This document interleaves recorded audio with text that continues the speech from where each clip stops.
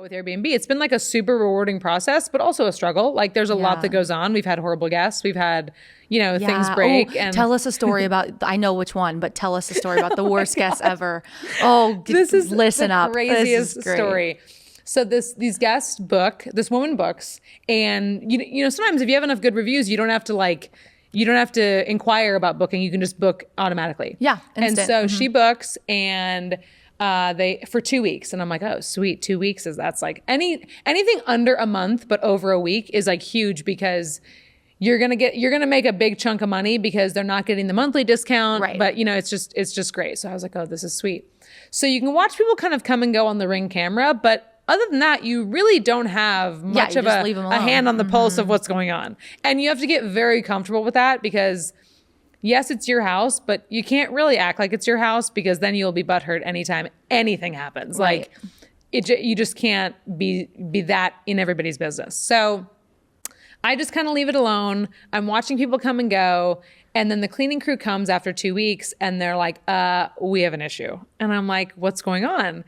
And they're like, like, bed frames are broken. All the furniture's been moved in the rooms. Like nightstands are shoved up against the windows. Beds are shoved up against the windows. It's like they made room for something. And I'm like, okay, well, that's not the worst thing that's ever happened. Move it but back. Yeah. We can move it back. They're like, there's also like 100% urine on like 2 different duvets. Like two different beds. Two different beds.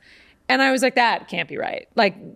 There's no way. And they were like, it's 100% pee. And now you're thinking like human or animal? I was like, I don't even know. And then I'm like, what could have possibly happened? So then I post this on my Instagram and all my friends are like, oh my God, were they running like a sex party? Were they just on drugs? What was going on? And I was like, you guys, I have no idea. So then I reached out to this woman.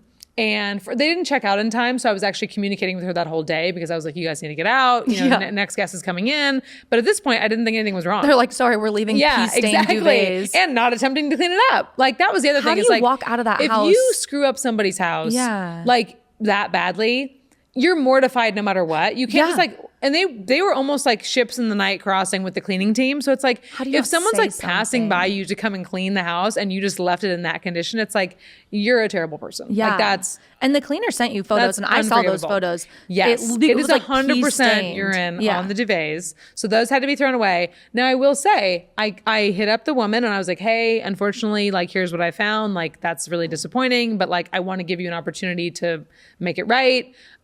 Would you rather chat with me about this or would you rather me submit, to Airbnb some sort of claim? Right. And so she writes back and is like, oh my gosh, I'm so sorry. I had no idea. It comes out that she wasn't the one who was actually staying there. She just booked it. So she just booked it on behalf of some group, right? And so she's like, oh my God, I'm so sorry. Please send me the bill. We don't have to go through Airbnb, whatever. And I'm like, okay, like, this is kind of weird. Yeah. And so I give her the total. She Zells me right away. And then it comes from this like LLC. And so I'm like, weird. This is getting even more weird. Yeah. And so at first I was like, she rented them for like her friends, a few drunk people, whatever. And then I go look up the LLC and I'm like looking up such and such LLC in Phoenix. And it's like this group home and it's like group therapy. There was like Alcoholics Anonymous. There was like a bunch of different like therapy options that they provided. And they also provided housing for some of their clients. And so I was like, interesting. And so I still don't know because I didn't go back and ask her, but it's like, I can't even imagine. They ended up booking for like 3 or 4 days beyond what they originally booked for. So she said something like, our housing isn't ready yet. When she booked for more days. Oh, so they were putting them in their Airbnb. So all I can think is that they were like having some sort of like adult group home thing. I don't know. I have no idea. Oh my gosh. How much did you charge her for the damages? I think the damages ended up being $1,200. Whoa. Yeah. Dang. There was a broken bed frame. There were 2 or 3 damaged rugs that were stained. Wow. There were stains inside the fridge.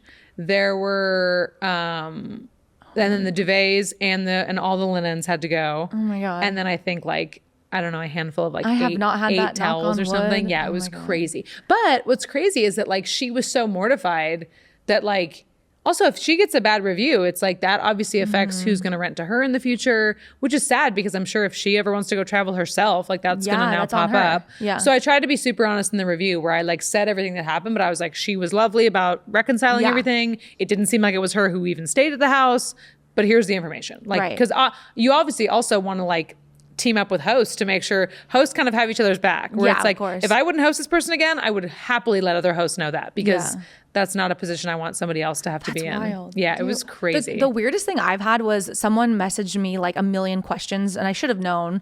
They messaged me a million questions before, like, what detergent do you use on the sheets, and like this and that, and like my wife's allergic, and I was just like, here's all the information. Here's all the information. If it doesn't work for you, I literally don't care. Right. And they're like, oh no, that's fine. We'll still book whatever. And then they check in. The second they get in, I get a picture text. There's like some dust in the crevice of like the window crease, and they take a picture. They're like, they literally just send it and said, we're not staying here. We can't do it. And that was it. And I was like, and then they had already booked. So I had to go through this whole, I couldn't just refund them their money and make it easy, right? Airbnb has to get involved. Then Airbnb took all my service money because Airbnb sucks. Oh my God. So yeah, it was like a whole thing. That's awful. I know. I've definitely had a few guests reach out with like kind of an unordinary amount of questions where you're kind of like, what are you getting at here? Actually, it's booked that weekend. Yeah. And I'm like, actually, I don't think it's, I'd rather not take your money. At this point, it's not worth it. Someone asked me if there was cameras inside the home. And I was like, no, but that's terrifying that you would even think scary. That. And has there been in other places? Actually, it's funny you should say that. There are people who, first of all, there are people who have said that I should definitely have a camera on my pool in the backyard, which I already would never do, but I understand the sentiment. Yeah. I understand why people have that feeling. Yeah. 100%. And it's kind of a liability thing. I get it. But that's so, But also you have to disclose that on Airbnb. Because I'd be skinny dipping in that pool. Right? I'm like, and also to each their own. Like, that's why you're renting a house. Like to go do what you want to do in private because you're not doing that at a hotel pool. So it's just kind of like, do whatever you need to do. And that's kind of the game you start playing when you want to become an Airbnb host. So it's, you got to kind of take the good with the bad. So, there's some people who are adamant about having a backdoor camera or backyard camera. And I'm like, absolutely not. No. But then there's other people I've read in these Facebook host groups that are like, oh yeah, we definitely have cameras inside in all the living areas. Nowhere where it's private. I'm like, everywhere is private if they get to rent the whole damn house. Right. The whole thing should be private. I'm like, that's. Yeah, I agree. I think a lot of hosts are just really scared about what's going to happen to their property, which they're absolutely allowed to be. However, you're just kind of rubbing guests the wrong way. Yeah. You're probably better off at that point trying to long-term rent it to tenants who you get to meet and who you want to like really take care of your house, but. So doing what you do you feel like this is it for you? Like this is the plan? Like where do you see yourself in 5 years? Yeah, that's kind of weird. Do I feel like this is it for me? I feel like it's never really it. Like you're going to continue with the real estate route. I feel like I am 100% going in the right direction. I feel like I definitely am going in the right direction of where I want to be headed. I knew I left college once I was done playing basketball and had a finance degree and a marketing degree and had no intention of using either one of those. Right. Ever. I was like, what can I do? This was a means to play college basketball. Right. That was what my college life was.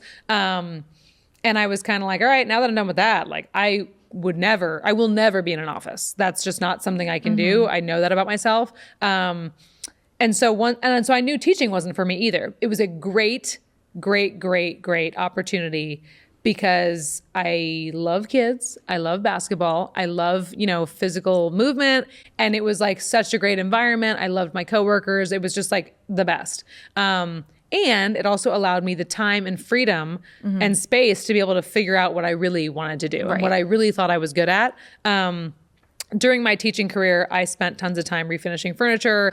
I had a handmade sign business on Etsy. So I was always kind of like getting my hands dirty with stuff. And so I definitely think I'm headed in the right direction with this. I would love to get to a point where I'm only working on properties that I own. So like now I've been like a DIY for hire type thing where I am getting hired to do projects in people's houses.